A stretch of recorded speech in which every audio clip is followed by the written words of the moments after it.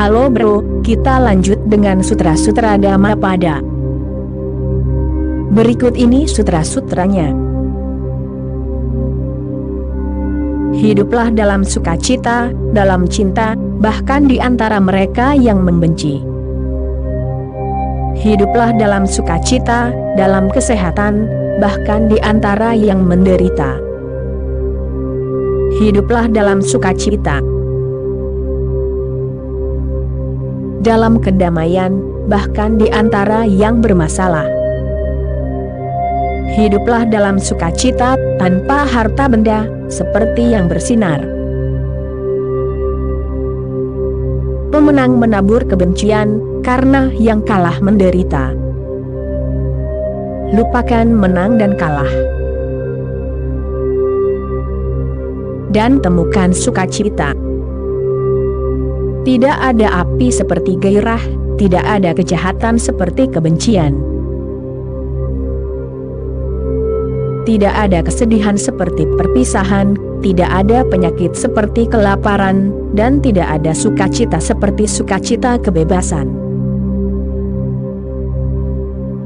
Kesehatan, kepuasan, dan kepercayaan adalah harta benda terbesarmu, dan kebebasan adalah sukacita terbesarmu. Lihatlah ke dalam. Tenanglah. Bebas dari rasa takut dan keterikatan, kenali sukacita yang manis dari jalan itu. Betapa menyenangkan melihat yang terbangun, dan berteman dengan yang bijak. Betapa panjang jalan menuju orang yang bepergian dengan orang bodoh. Tetapi siapapun yang mengikuti mereka yang mengikuti jalan itu, menemukan keluarganya, dan dipenuhi dengan sukacita. Ikutilah orang-orang yang bersinar, yang bijak, yang terbangun, yang penuh kasih. Karena mereka tahu bagaimana bekerja dan bersabar. Ikutilah mereka seperti bulan mengikuti jalur bintang-bintang. Itulah sutra-sutranya. Sungguh kejutan yang menyenangkan untuk merenungkan sutra-sutra masa kini ini. Sutra-sutra ini menentang gagasan yang berlaku di seluruh dunia tentang Gautama Sang Buddha. Ia digambarkan oleh musuh-musuhnya, dan bahkan oleh teman-teman dan pengikutnya, sebagai seorang pesimis par excellence. Ia sama sekali bukan seorang pesimis, ia adalah salah satu orang yang paling gembira yang pernah ada.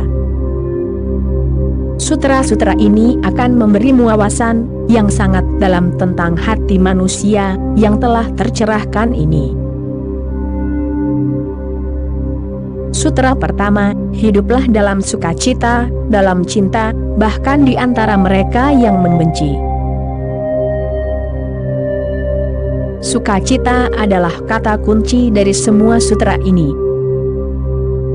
Sukacita bukanlah kebahagiaan, karena kebahagiaan selalu bercampur dengan ketidakbahagiaan. Kebahagiaan tidak pernah ditemukan dalam kemurnian, ia selalu tercemar. Ia selalu memiliki bayang-bayang kesengsaraan yang panjang di baliknya. Sama seperti siang diikuti oleh malam, kebahagiaan diikuti oleh ketidakbahagiaan. Lalu apakah sukacita itu? Sukacita adalah keadaan transendensi. Seseorang tidak bahagia ataupun menderita, melainkan benar-benar damai, tenang, dalam keseimbangan absolut. Begitu hening dan begitu hidup, sehingga kesunyiannya adalah sebuah lagu, dan lagunya tidak lain hanyalah kesunyiannya. Sukacita itu abadi, kebahagiaan itu sesaat. Kebahagiaan disebabkan oleh hal-hal di luar, oleh karena itu bisa diambil dari luar. Dirimu harus bergantung pada orang lain untuk mendapatkan kebahagiaan, dan ketergantungan apapun itu buruk, ketergantungan apapun adalah ikatan. Sukacita muncul dari dalam, tidak ada hubungannya dengan hal-hal di luar.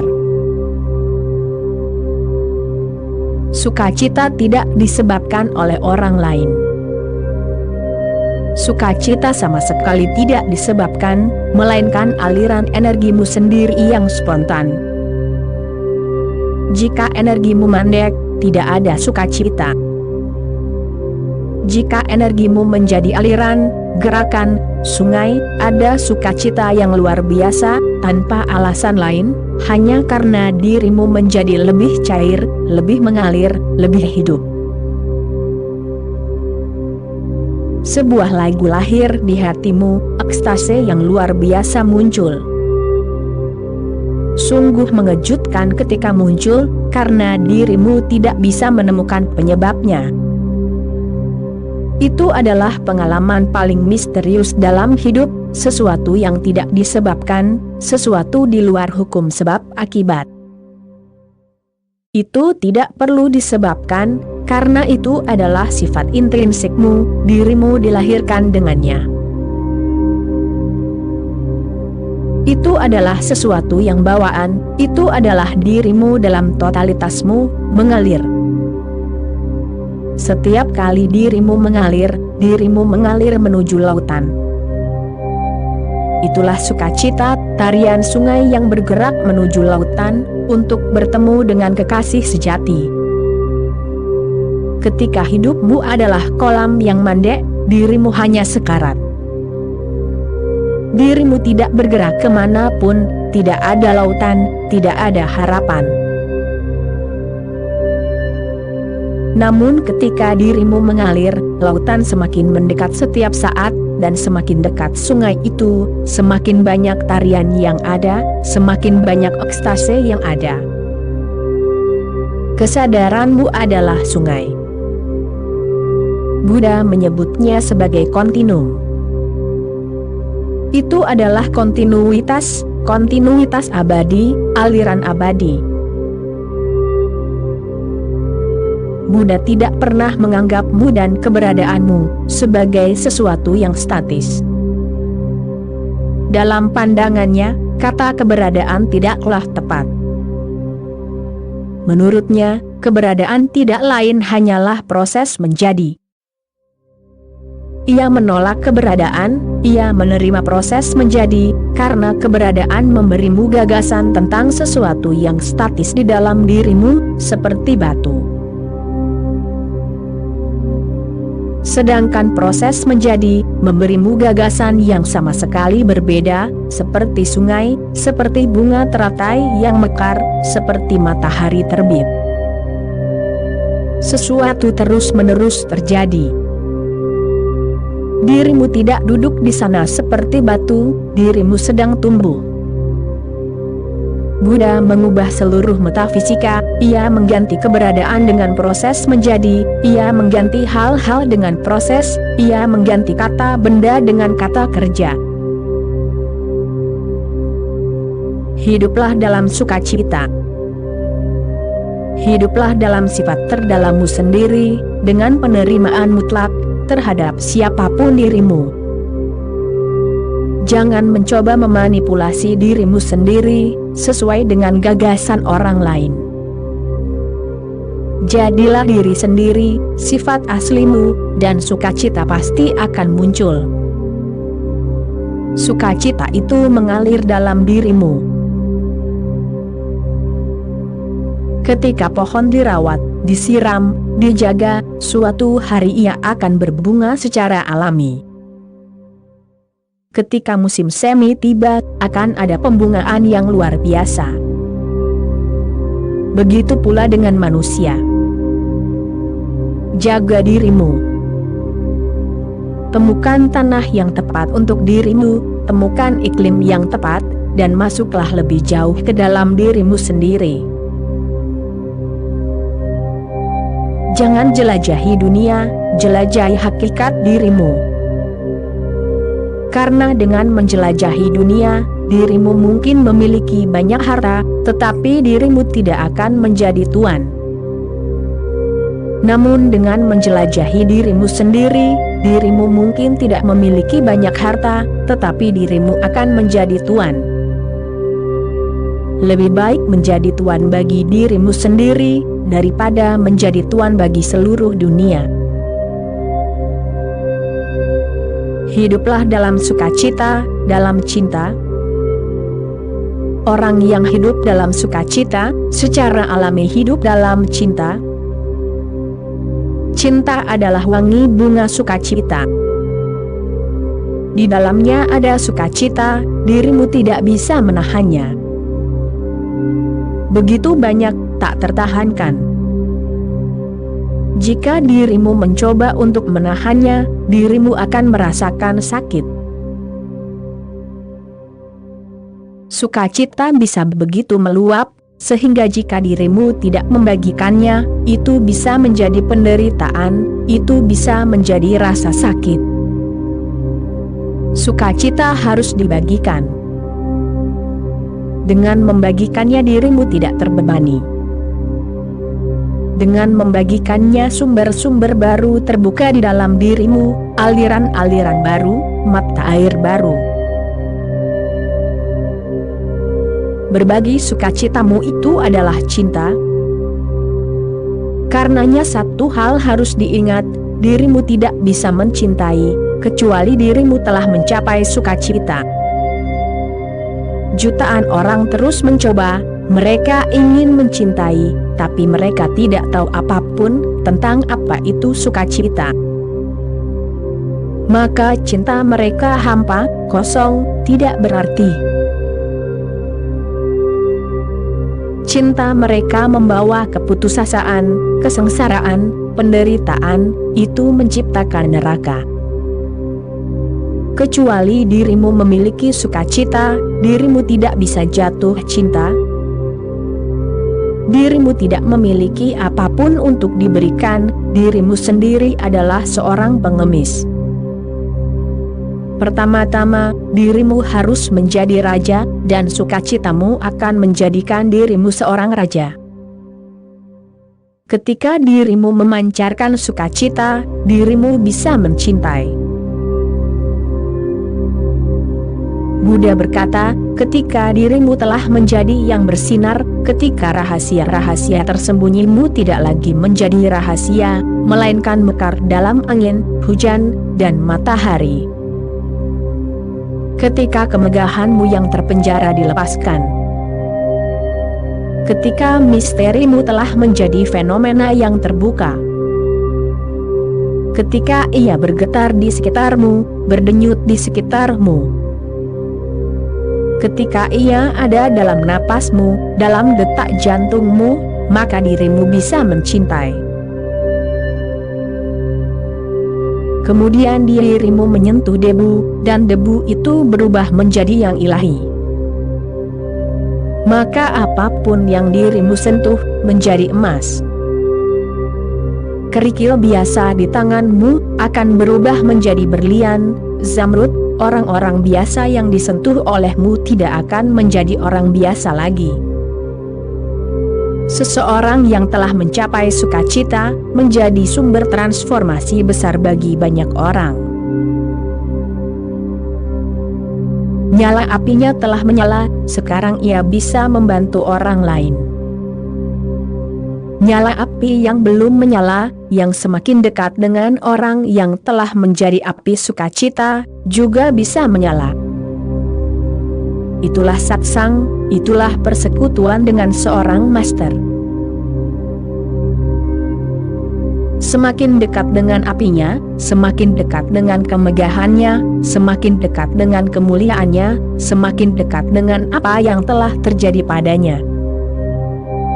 Dan hanya dengan mendekat, api itu melompat ke dalam dirimu, dan dirimu tidak akan pernah sama lagi. Cinta hanya mungkin terjadi ketika apimu menyala. Jika tidak, dirimu adalah benua yang gelap. Dan dirimu berpura-pura memberi cahaya kepada orang lain. Cinta adalah cahaya, kebencian adalah kegelapan. Dirimu gelap di dalam, dan mencoba memberi cahaya kepada orang lain? Dirimu hanya akan berhasil memberi mereka lebih banyak kegelapan, dan mereka sudah berada dalam kegelapan. Dirimu akan melipat gandakan kegelapan mereka. Dirimu akan membuat mereka lebih sengsara. Jangan mencoba melakukan itu, karena itu tidak mungkin, itu tidak sesuai dengan sifat segala sesuatu. Itu tidak bisa terjadi. Dirimu bisa berharap, tetapi semua harapanmu sia-sia. Pertama-tama, penuhilah dengan sukacita. Hiduplah dalam sukacita, dalam cinta, bahkan di antara mereka yang membenci. Dan kemudian itu bukan pertanyaan tentang apa yang orang lain lakukan kepadamu. Kemudian seseorang bisa mencintai, bahkan mereka yang membencinya. Kemudian seseorang bisa hidup dalam cinta dan sukacita, bahkan di antara musuh. Seorang murid Buddha menjadi tercerahkan, dan Buddha berkata kepadanya, "Sekarang setelah kamu memasuki kuil, pergilah dan sebarkan pesan, karena ada banyak orang yang membutuhkan sedikit bantuan, ada banyak orang yang tenggelam dalam sungai kesedihan. Sekarang setelah kamu belajar berenang, bantulah orang lain. Sekarang kamu memiliki perahu, kamu bisa membawa mereka ke pantai seberang. Ingatlah caraku membantumu. Sekarang pergilah dan bantulah orang lain." Murid itu berkata, "Apapun yang kamu katakan, akan aku lakukan. Aku akan pergi." Menyakitkan untuk meninggalkanmu. Menyakitkan untuk pergi darimu, tetapi jika kamu mengatakan demikian, aku akan pergi. Jika kamu telah memberitahuku sebelumnya. Lihatlah cinta seorang murid, seorang penyembah. Dia berkata, "Jika kamu telah memberitahuku sebelumnya, aku tidak akan mencoba untuk pencerahan sama sekali, karena bersamamu jauh lebih penting. Aku akan mempertaruhkan pencerahan. Aku akan meninggalkan proyek itu, jika aku tahu bahwa aku harus pergi. Tetapi sekarang sudah terlambat. Jika kamu mengatakan demikian, aku akan pergi." Buddha berkata kepadanya, "Kamu bisa memilih arah, tempat, kemana kamu ingin pergi." Di Bihar, ada satu bagian yang belum pernah dikunjungi oleh murid Buddha, Suka adalah nama tempat itu. Murid itu berkata, "Aku akan pergi ke Suka." Buddha tampak sedikit terkejut. Murid itu masih muda, sangat muda. Tidak hanya dari segi usia, tetapi juga dari segi pencerahannya. Dia tidak mengenal cara-cara dunia. Buddha berkata, "Kamu tampaknya tidak menyadari bahwa orang-orang Suka adalah orang-orang yang sangat berbahaya, pembunuh, pencuri, perampok. Itulah sebabnya belum ada seorang pun yang memilih untuk pergi ke sana." Pemuda itu berkata, "Tetapi itulah sebabnya aku memilih untuk pergi ke sana, karena mereka juga membutuhkan pesanmu. Mereka juga membutuhkanmu, dan lebih dari yang lain. Berkatilah aku sehingga aku bisa pergi, dan membantu beberapa orang di sana." Buddha berkata, "Kalau begitu kamu harus menjawab 3 pertanyaan. Yang pertama adalah, orang-orang itu sangat nakal, aku mengenal mereka, jika kamu pergi ke sana, mereka tidak akan mendengarkanmu. Mereka akan menghinamu, mereka akan mencoba mempermalukanmu. Mereka akan sangat jahat kepadamu. Ketika mereka menghina dan jahat kepadamu, bagaimana kamu akan menanggapinya?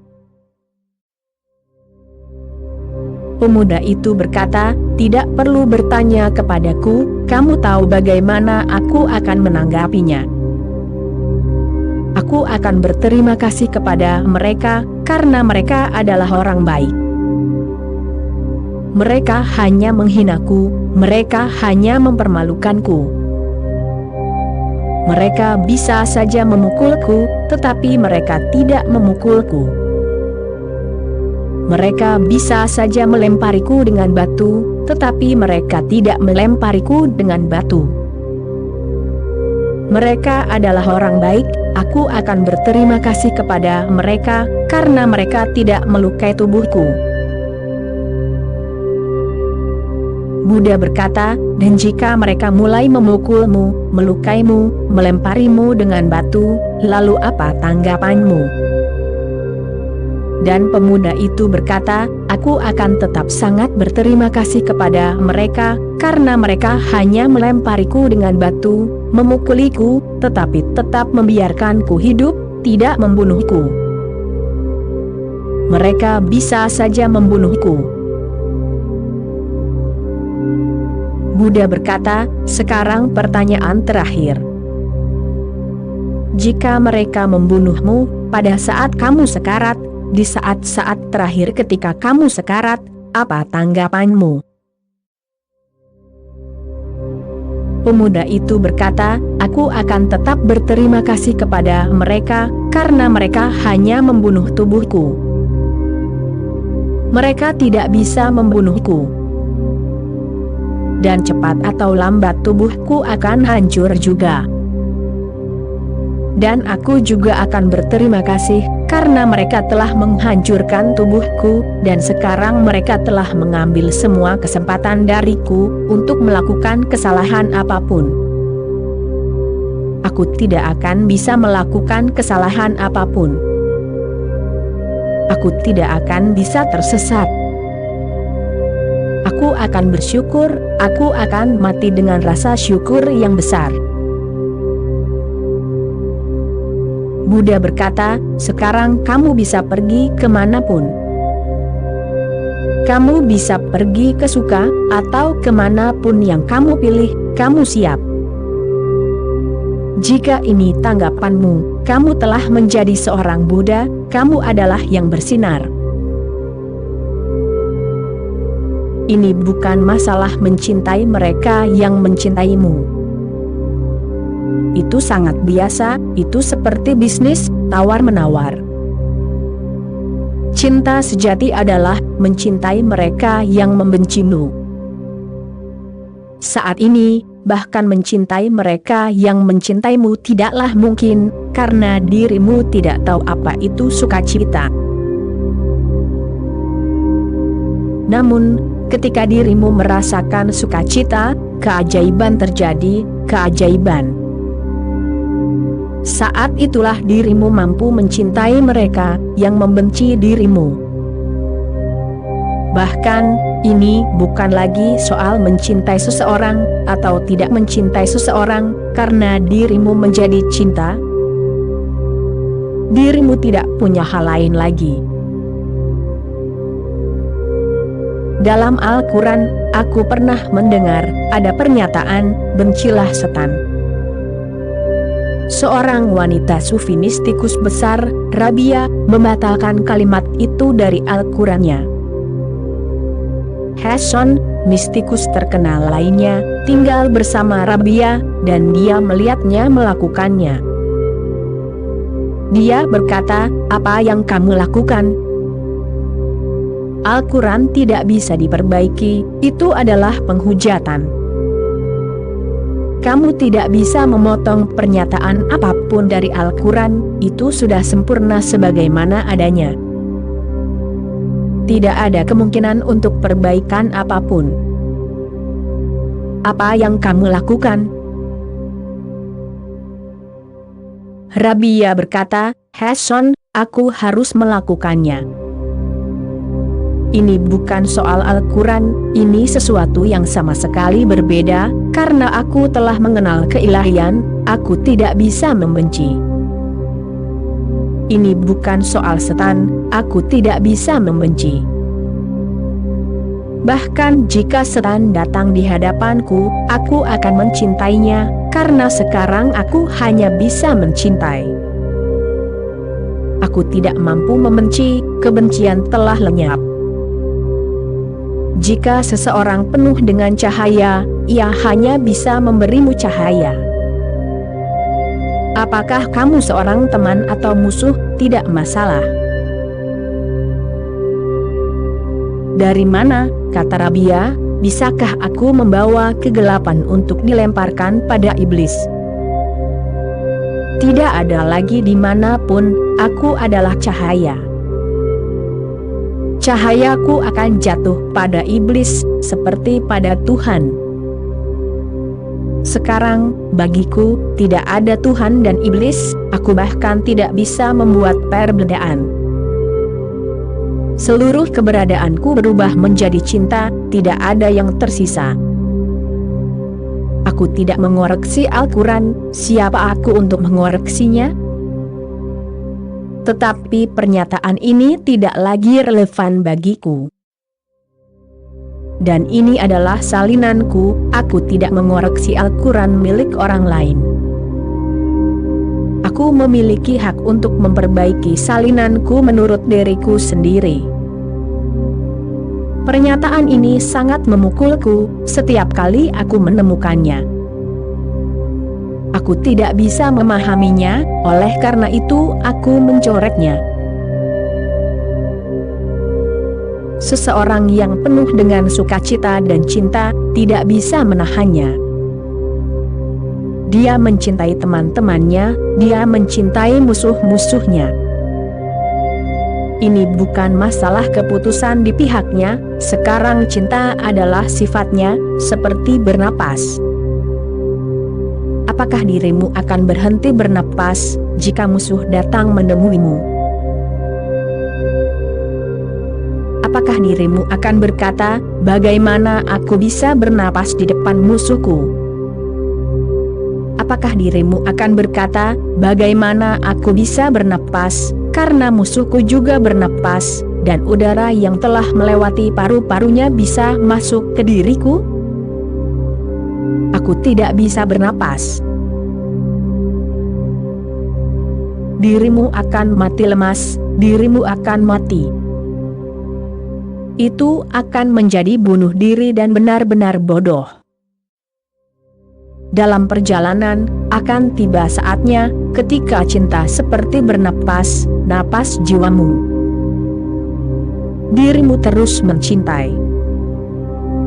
Dalam terang ini, dirimu bisa memahami pernyataan Yesus, "Kasihilah musuhmu seperti dirimu sendiri."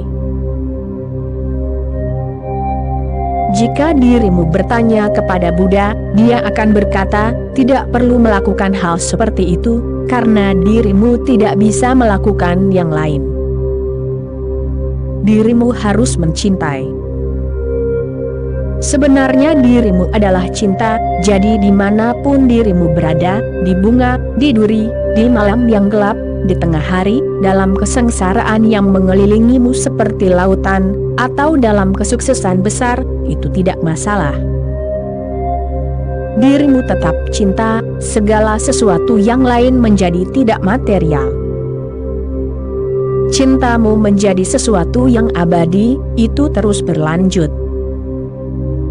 Seseorang bisa menerimanya, seseorang mungkin tidak menerimanya, tetapi dirimu tidak bisa membenci.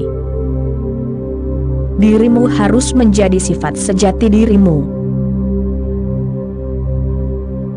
Oke bro, itulah kutipan ceramah kali ini bro, kita sambung lagi nanti bro. Terima kasih bro.